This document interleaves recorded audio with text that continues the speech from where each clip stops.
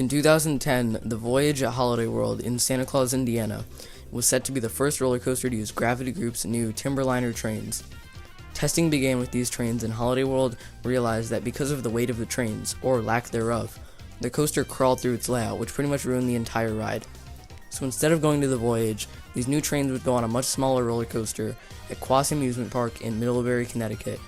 Opening in 2011, Wooden Warrior would be the first roller coaster to use Gravity Group's Timberliner trains. In addition, it would also be the first of Gravity Group's small family roller coasters, which they have now made a lot of since 2011, including Oscar's Wacky Taxi at Sesame Place, Rorosaurus at Storyland, Kentucky Flyer at Kentucky Kingdom, Twister at Gronalund, Wood Express at Park St. Paul, and Timber at Wallaby Roan.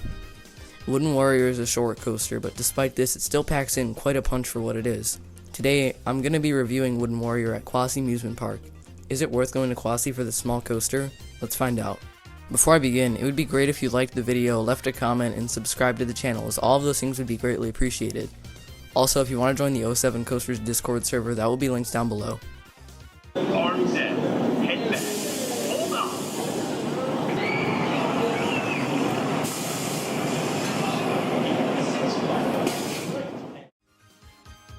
Like I said before, Wooden Warrior is a very small coaster.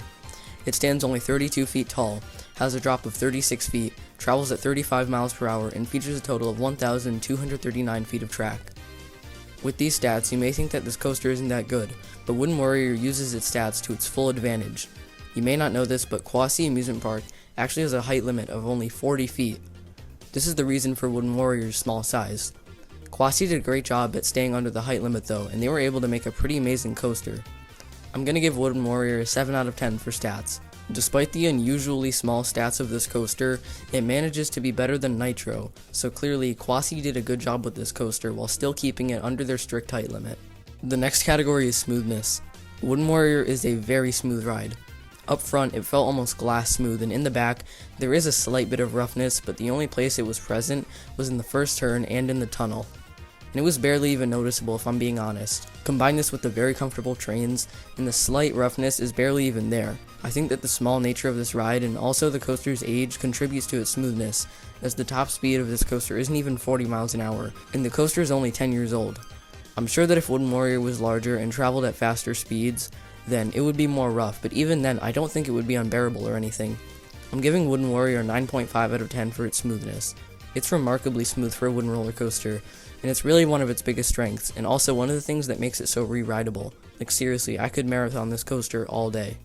The next thing that I'm going to be talking about is Wooden Warrior's pacing. You probably don't need me to tell you that Wooden Warrior hauls all the way through. I mean, just look at this footage.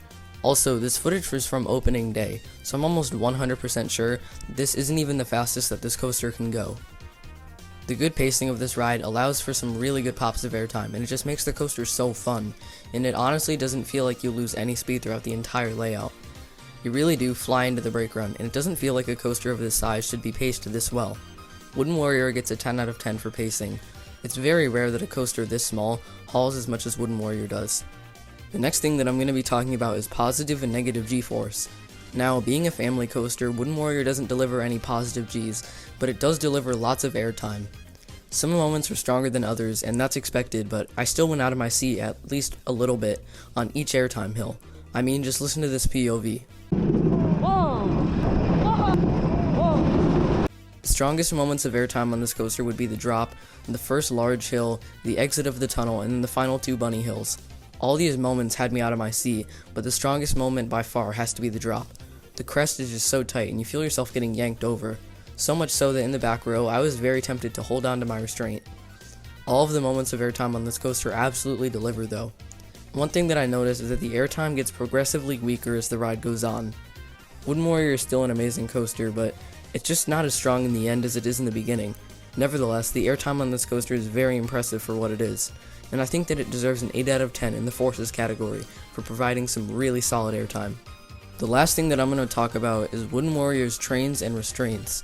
As I mentioned in the beginning of the video, Wooden Warrior has Gravity Group's Timberliner trains, and it was actually the first roller coaster to use these trains. Personally, I love these. They're comfortable, they allow for lots of airtime, and they look awesome with the bolts all over the sides. The lap bar comes down from the sides, and it's really easy to get a lot of room with them. Another major plus with these restraints is that they don't come down, so there's no worry of getting stapled mid-ride. You can just put your hands up and enjoy. Also, there isn't any seatbelt on these trains. This doesn't really matter because if there was one, then I would just loosen it to get airtime, but the fact that there isn't is just something else that I like about these trains. I'm gonna give Wooden Warrior a 10 out of 10 for its trains and restraints. They're extremely comfortable, they allow for lots of airtime, and to make it even better, the bright blue color of them looks really cool on the wooden track and structure. Wooden Warrior's final average score is an 8.9 out of 10. This is without a doubt the best family coaster that I've been on. It has great airtime, it's smooth, it has good pacing, and it's really re-rideable. To answer the question in the beginning of the video, I do think that this coaster is worth a trip to Quassy. I'm not saying that you should go out of your way to go to Middlebury, Connecticut, but if you're coming from Lake Compounce or Six Flags New England, then I would totally recommend stopping by and getting the credit, as you definitely won't be disappointed by this coaster. Tell me in the comments if you've ridden Wooden Warrior, and if you haven't, then let me know what your favorite family coaster is. Like I said before, a like, a comment, and a subscribe would be amazing, so make sure to go do that if you haven't already. Anyways, this is 07 Coasters, signing off.